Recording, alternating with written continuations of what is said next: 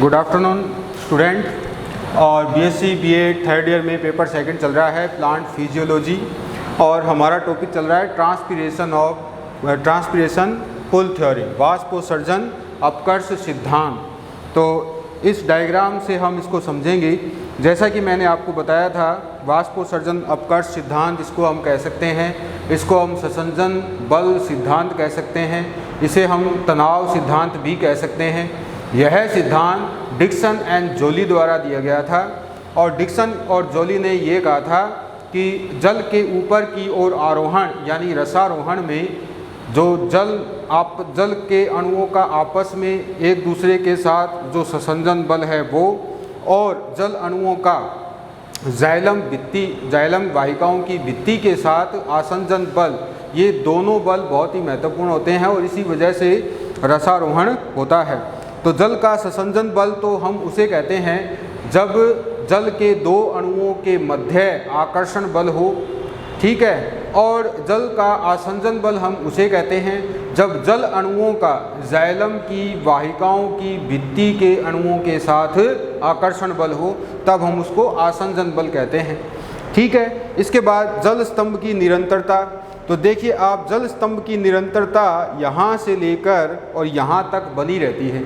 वो इसी वजह से बनी रहती है क्योंकि यहाँ पर ये दोनों बल काम आते हैं। जल का ससंजन और आसंजन बल या गुण यहाँ पर काम आते हैं, जिससे ये जल स्तंभ निरंतर बना रहता है और ऊंचे से ऊंचे पादप में भी जल ऊपर चढ़ जाता है। उसका कारण यही है कि ससंजन और आसंजन बल इस जल स्तंभ को निरंतर बनाए रखते हैं, और इस वजह से 120 मीटर की ऊंचाई वाले पादप में भी जल ऊपर की ओर चढ़ जाता है। वो इसलिए भी चढ़ जाता है क्योंकि जल अणु 300 एटीएम तक का दबाव सहन कर सकते हैं, वायुमंडलीय दाब को सहन कर सकते हैं। जल अणुओं में अगर ससंजन बल होगा तो फिर तनाव वो सहन आराम से कर सकते हैं। कितने तक?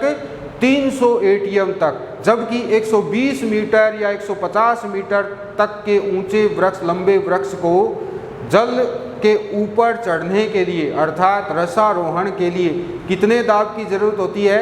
30 एटीएम दाब की ज़रूरत होती है, जबकि जल अणु 300 एटीएम तक का दाब भी सहन कर सकते हैं, और इसी वजह से जल निरंतरता लगातार बनी रहती है। वाष्पोत्सर्जन अपकर्ष सिद्धांत क्या कहता है कि यहाँ पर आप देखेंगे तो ये वाटर वेपर्स हैं, जल की बूंदें हैं। तो रंध्रों द्वारा जल बाहर निकल रहा है, जल का ह्रास हो रहा है। तो उपापचयी क्रियाओं के फलस्वरूप मेसोफिल कोशिकाएं वाष्पोत्सर्जन के दौरान अधिक मात्रा में जल का ह्रास करती हैं। फलस्वरूप इन मेसोफिल कोशिकाओं में जल की कमी हो जाती है। जल की कमी का मतलब होता है विसरण दाब न्यूनता बढ़ जाती है, यानी इन कोशिकाओं की विसरण दाब न्यूनता बढ़ जाएगी, अर्थात विसरण दाब न्यूनता का अंतर पैदा हो जाएगा। तो इस वजह से ये मेसोफिल कोशिकाएं अपनी पार्श्व वाली कोशिका अर्थात इससे जो लीफ वेसल्स हैं, जो पत्ती में वाहिकाएं हैं, उसके जाइलम में, उसकी शिराओं में, उन शिराओं में उनकी वाहिकाओं से ये मेसोफिल कोशिकाएं जल का अवशोषण कर लेती हैं, ठीक है। क्योंकि जल कम डीपीडी क्षेत्र से अधिक डीपीडी क्षेत्र की ओर जाता है। चूँकि वाष्पोत्सर्जन के फलस्वरूप मेसोफिल कोशिकाओं की डीपीडी बढ़ चुकी है और यहाँ पर जल उपलब्ध है, इसलिए डीपीडी कम है। तो कम डीपीडी क्षेत्र से अधिक डीपीडी क्षेत्र की ओर जल का मूव होता है। इस वजह से मेसोफिल कोशिकाएं जो लीफ वेसल्स है वहाँ से जल का अवशोषण कर लेती हैं। तो इसकी डीपीडी तो फिर सामान्य हो जाती है, परंतु यहाँ पर लीफ वेसल्स में डीपीडी का मान बढ़ जाएगा। तो ये क्या करेगी? ये अपने पीछे स्थित पेटियोल की वेसल्स से जल का अवशोषण कर लेती हैं। फिर इनकी डीपीडी कम बढ़ जाएगी, इनकी डीपीडी बढ़ जाएगी, यहाँ सामान्य हो जाएगी। ये फिर क्या करेगी? अपने स्टेम के जाइलम की वाहिकाओं से जल का अवशोषण करती हैं, ठीक है। तो डीपीडी यहाँ पर जो बढ़ी हुई थी वो धीरे धीरे कहाँ पहुँच जाती है? वो ऐसा करते करते कहाँ पहुँच जाएगी? रूट के जाइलम में पहुँच जाएगी। रूट के जाइलम में डीपीडी का मान अधिक होने की वजह से ये इधर कॉर्टेक्स से जल का अवशोषण करेगा। जो मूल की कॉर्टेक्स है वहाँ से जल का अवशोषण होगा। इससे पासेज सेल से होता हुआ, एंडोडर्मिस में पासेज सेल होती है, वहाँ से होता हुआ जल कहाँ जाएगा, रूट जाइलम में जाएगा। ठीक है, अब कोर्टेक्स से इस जाइलम ने जल अवशोषित कर लिया है, तो कोर्टेक्स में डीपीडी का मान कैसा हो जाएगा, कोर्टेक्स में डीपीडी का मान बढ़ जाएगा। कोर्टेक्स क्या करेगा, कोर्टेक्स मूल रोम से जल का अवशोषण करता है। मूल रोम में जल का अवशोषण जब ये करेगा मूल रोम से, तो मूल रोम की डीपीडी बढ़ जाएगी। मूल रोम डीपीडी बढ़ने की वजह से अपने बाहर के वातावरण यानी मृदा विलयन से जल का अवशोषण करता है। मृदा विलयन में अधिकतर डीपीडी का मान कम होता है और कम डीपीडी क्षेत्र से जल इस तरह से अधिक डीपीडी क्षेत्र की ओर बढ़ता है और जल एक निरंतर स्तंभ के रूप में ऊपर की ओर चढ़ता जाता है। और इसी कारण इसे हम कहते हैं वाष्पोत्सर्जन अपकर्ष सिद्धांत। डीपीडी का मान बढ़ता क्यों है, वाष्पोत्सर्जन की वजह से बढ़ता है। वाष्पोत्सर्जन द्वारा जल की हानि होती है, फलस्वरूप मीजोफिल कोशिकाओं में डीपीडी बढ़ जाती है। तो इस सिद्धांत को हम इस तरह से भी बता सकते हैं कि जड़ से पत्ती तक जल वाहिका तत्वों में उपस्थित जल स्तंभ के रूप में बना रहता है। जड़ से पत्ती तक जल वाहिका, स्तंभ की वाहिका या वाहिकाओं में एक स्तंभ के रूप में ऊपर तक चढ़ा रहता है और इस प्रकार के तंत्र को हाइड्रोस्टेटिक सिस्टम कहते हैं, यानी जल स्थितिक तंत्र कहलाता है, जिसमें क्या होता है कि मूल से पत्ती तक जल एक स्तंभ के रूप में पाया जाता है। तो वाष्पोत्सर्जन द्वारा मीजोफिल कोशिकाओं में डीपीडी का मान बढ़ने से जल लगातार ऊपर की ओर चढ़ता है। ठीक है, कोशिकाएं समीपवर्ती कोशिकाओं से जल ग्रहण करती हैं, यानी ये कोशिका इन कोशिकाओं से जल ग्रहण करेगी तो इनका डीपीडी नॉर्मल हो जाएगा, इनका बढ़ जाएगा। फिर ये अपनी पास वाली कोशिका से यानी पेटियोल की जो वेसल्स है वहाँ से जल अवशोषण करेगी तो इनका डीपीडी बढ़ जाएगा। इनका डीपीडी बढ़ेगा तो ये स्टेम जाइलम से जल का अवशोषण करेगी, फिर इनका डीपीडी बढ़ जाएगा। स्टेम की जाइलम की वाहिकाएं मूल की जाइलम की वाहिकाओं से जल का अवशोषण करती है तो यहाँ डीपीडी बढ़ जाएगा। यहाँ डीपीडी बढ़ेगा तो ये कॉर्टेक्स से, मूल की कॉर्टेक्स से जल का अवशोषण करेगी, फिर यहाँ डीपीडी बढ़ जाएगा। मूल की कॉर्टेक्स जब जल अवशोषित करेगी मूल रोम से लगातार, तो मूल रोम में डीपीडी का मान कैसा होगा, बढ़ जाएगा और ये अपने बाह्य वातावरण से जल का अवशोषण करता है। बाह्य वातावरण में अधिकतर डीपीडी का मान कम ही होता है। तो इस तरह से जल निरंतर ऊपर की ओर चढ़ता रहता है और इसे ही हम कहते हैं वाष्पोत्सर्जन आकर्षण सिद्धांत। तो ससंजन और आसंजन बल भी इसमें काम आते हैं। वाष्पोत्सर्जन, आसंजन और ससंजन बल और डीपीडी, ये चार इसमें मुख्य बातें हैं, ये आपको याद रखनी है। ठीक है, इसके बाद हम एक छोटे से प्रयोग द्वारा इसकी पुष्टि कर सकते हैं। कैसे, ज़रा देखें।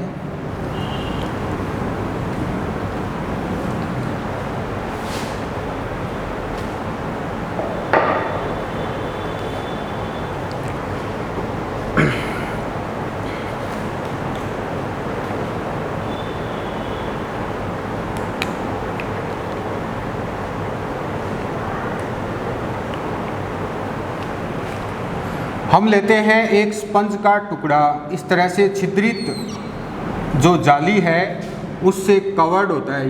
ये छिद्रित जाली से कवर्ड क्या है, स्पंज का टुकड़ा है। ये छिद्र है इसमें, ठीक है, छिद्रित, और इसके नीचे एक नली होती है, लंबी नली, ये लंबी नली है। ये नली हमने किस में लगाई है, एक जल से भरे बीकर में, इसमें जल भरा हुआ है। ठीक है, इस तरह से इसमें जल भरा हुआ है और इसका ये लेवल यहाँ तक होता है, जल का ऊपर तक भरा होता है नली में जल।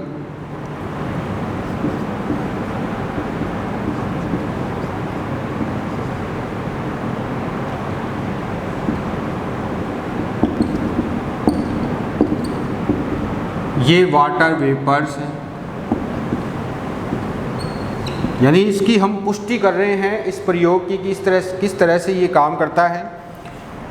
तो हमने क्या लिया है, एक नली का एक सिरा जल से भरे बीकर में रखते हैं, दूसरा सिरा ओपन रखते हैं और इस नली पर छिद्रित बर्तन द्वारा परिबद्ध एक स्पंज का टुकड़ा इसके अंदर लगा हुआ है। ये स्पंज है, स्पंज के चारों तरफ हमने क्या कर दिया है, उसको छिद्रित बर्तन से बंद कर दिया है। ठीक है, और इसके बाद फिर हम थोड़ी देर बाद देखते हैं तो बीकर में जल की कमी हो जाती है। बीकर में जल की क्या हो जाएगी, कमी हो जाएगी। क्यों हो जाएगी कमी? क्योंकि ये बर्तन क्या है, ये छिद्रित है, इसके अंदर स्पंज है, तो लगातार ये नली के संपर्क में है, तो जल ऊपर की ओर चढ़ेगा तो वातावरण में जो वाटर वेपर्स हैं वो जल वाष्प बनकर बाहर की ओर निकलेगा, तो इसमें लगातार नली में जल ऊपर चढ़ता जाएगा। तो स्पंज की तुलना हम किससे कर सकते हैं? स्पंज की तुलना तो हम कर सकते हैं पत्ती से, क्योंकि पत्ती से भी वाष्पोत्सर्जन की क्रिया के फलस्वरूप जल का ह्रास होता है। स्पंज की तुलना हम पत्ती से कर सकते हैं, नली की तुलना हम स्टेम से कर सकते हैं और बीकर की तुलना हम कर सकते हैं जड़ से। तो इस तरह से हम इस प्रयोग द्वारा ये पता लगा सकते हैं कि किस तरह से जल ऊपर की ओर चढ़ता है। इस सिद्धांत के संबंध में कुछ सुझाव जो प्रमाण है इसके पक्ष में कुछ दिए गए हैं, वो मैं आपको बता देता हूँ। देखिए, सबसे पहला प्रमाण तो ये है कि जैसा कि मैंने अभी आपको बताया था थोड़ी देर पहले कि 120 से 130 मीटर या 150 मीटर लंबे पादप में जल के ऊपर चढ़ने के लिए 30 ATM दाब की आवश्यकता होती है, जबकि जल अणुओं में इतनी क्षमता होती है कि वो 300 ATM तक का दाब सहन कर सकते हैं। ठीक है, तो इस तरह से जल फलस्वरूप क्या होगा कि जल एक निरंतर स्तंभ के रूप में ऊपर चढ़ता चला जाता है। तो क्योंकि आवश्यक बल ज़्यादा है, यानी 30 ATM की ज़रूरत है, जबकि बल कितना है यहाँ पर 300 ATM है, तो इस वजह से जल ऊपर की ओर लगातार चढ़ता चला जाता है। इसके बाद ऊपरी भागों में जो परासरण विभव का मान है वो 10 से 20 ATM तक का माना जाता है। यहाँ पर विलय विभव का मान कितना माना जाएगा? 10 से 20 ATM तक का माना जाता है। विलय विभव का मान इस तरह से अगर होगा तो फिर जल लगातार ऊपर की ओर चढ़ता चला जाएगा, मतलब विलय विभव का मान अगर कम है तो जल ऊपर की ओर चढ़ेगा। इसके बाद सबसे इम्पोर्टेंट बात यह है कि ये एक भौतिक और निष्क्रिय प्रक्रिया है, इसमें ऊर्जा का कोई भी रोल नहीं होता है। भौतिक क्रिया है और निष्क्रिय है। निष्क्रिय जल अवशोषण याद आ गया होगा आपको, मैंने बताया था कि जिसमें जल का जब अवशोषण किया जाता है पादपों द्वारा तो उसमें ऊर्जा का कोई उपभोग नहीं होता है। वही बात यहाँ पर भी लागू होती है। वाष्पोत्सर्जन की दर रसारोहण दर के समानुपाती होती है। क्या होती है? वाष्पोत्सर्जन की दर रसारोहण के समानुपाती होती है, यानी जितना वाष्पोत्सर्जन होगा उतना ही रसारोहण होगा। इससे हम इस प्रयोग द्वारा हम इसका आकलन भी कर सकते हैं। कुछ वैज्ञानिक ऐसे हैं जिन्होंने ये कहा है कि तेज वाष्पोत्सर्जन की अवस्था में वाष्पोत्सर्जन आकर्षण के कारण जाइलम वाहिकाओं का व्यास कम हो जाता है, जिसकी वजह से वो संकुचित हो जाती हैं। जब तेज वाष्पोत्सर्जन होता है तो जाइलम वाहिकाओं के व्यास में संकुचन आ जाता है और संकुचन होने के कारण व्यास कम हो जाएगा। तो व्यास कम हो जाने के कारण भी क्या होता है कि जल की जो निरंतरता है वो लगातार ऊपर की ओर बनी रहती है। आपको ये नहीं बताना है तेज वाष्पोत्सर्जन का मतलब जब ऊपर वाष्पोत्सर्जन हो रहा है उसी दौरान क्या होता है, वाहिकाओं में जो उनकी नलिकाएं हैं, संकरी नलिकाएं, वो और संकरी हो जाती हैं, उनका व्यास और कम हो जाता है, जिससे निरंतरता जो है वो बढ़ जाती है जल की। ठीक है, इसके बाद है अगर हम इसको नापना चाहें, किसको? जल की निरंतरता को, तो हम डेंड्रोग्राम उपकरण की सहायता से इसको माप सकते हैं। अगर तेज़ी से वाष्पोत्सर्जन करने वाले पादप के तने को हम किसी टहनी को हम यहाँ से, जैसे ये टहनी है, इसको हमने काट करके यहाँ पर हमने जल की कुछ बूंदें डाली है तो वो तुरंत अवशोषित कर ली जाती हैं और यह भी जल स्तंभ में तनाव को प्रदर्शित करता है। यानी यहाँ पर तनाव है, बल है, इसी वजह से जैसे ही हमने कट लगाकर यहाँ पर 2-4 जल की बूंदें डाली तो वो तुरंत अंदर खींच ली जाती हैं। ये किसका परिणाम है? ये जल स्तंभ में तनाव का ही परिणाम है। ठीक है, और इसके बाद ये तो हो गई परिणाम, और आगे हम पढ़ेंगे इसकी कुछ आपत्तियाँ।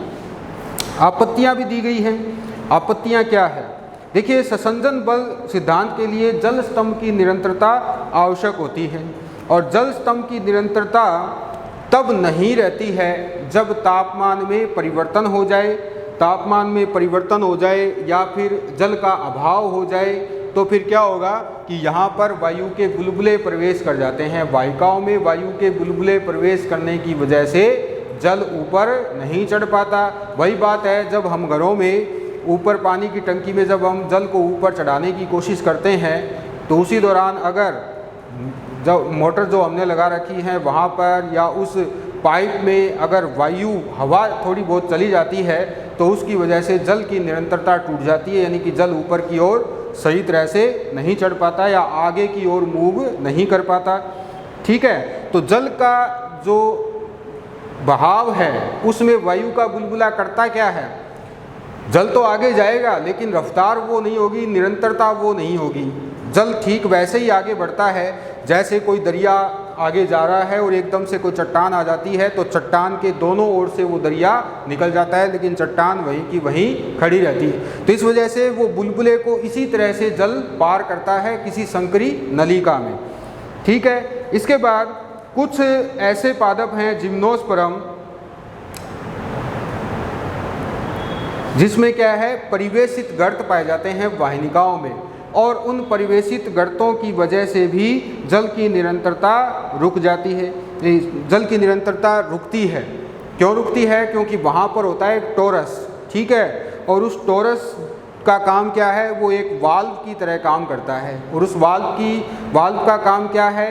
वो वायु के बुलबुलों को भी बाहर निकालता है लेकिन जल के प्रेशर पर भी दबाव डालता है। इसी तरह से जाइलम में कई जो वाहिकाएं हैं वो समानांतर व्यास में होती हैं। जाइलम में कई वाहिकाएं इस तरह से समानांतर होती हैं, ऐसे। तो जैसे जल का बुलबुला इसमें जो वायु का बुलबुला है इस वाहिका में प्रवेश कर गया, ठीक है, नलिका में, इसके पास वाली नलिका खाली है, तो जल पास वाली नलिका से समानांतर वाहिका से ऊपर चढ़ जाता है। ये बुलबुला तो यहाँ है, वायु का बुलबुला कहाँ है? यहाँ है, लेकिन आगे नहीं है, तो ये आगे जाकर जल अपनी निरंतरता को तुरंत हासिल कर लेता है। कम तापमान, वर्षा और रात्रि के समय जब वाष्पोत्सर्जन दर कम हो जाती है, वाष्पोत्सर्जन दर कम हो जाएगी रात्रि के समय या सुबह के समय, तो उस समय क्या होगा? उस समय जल की निरंतरता बनी रहती है क्योंकि वायु का बुलबुला नहीं रहता है। ठीक है, लेकिन रसारोहण की दर जो दोपहर का समय है उसके मुकाबले कम होती है, इस तरह से। तो ये कुछ इसके सुझाव हैं। तो आज के लिए बस इतना ही, बाकी की क्लास कल।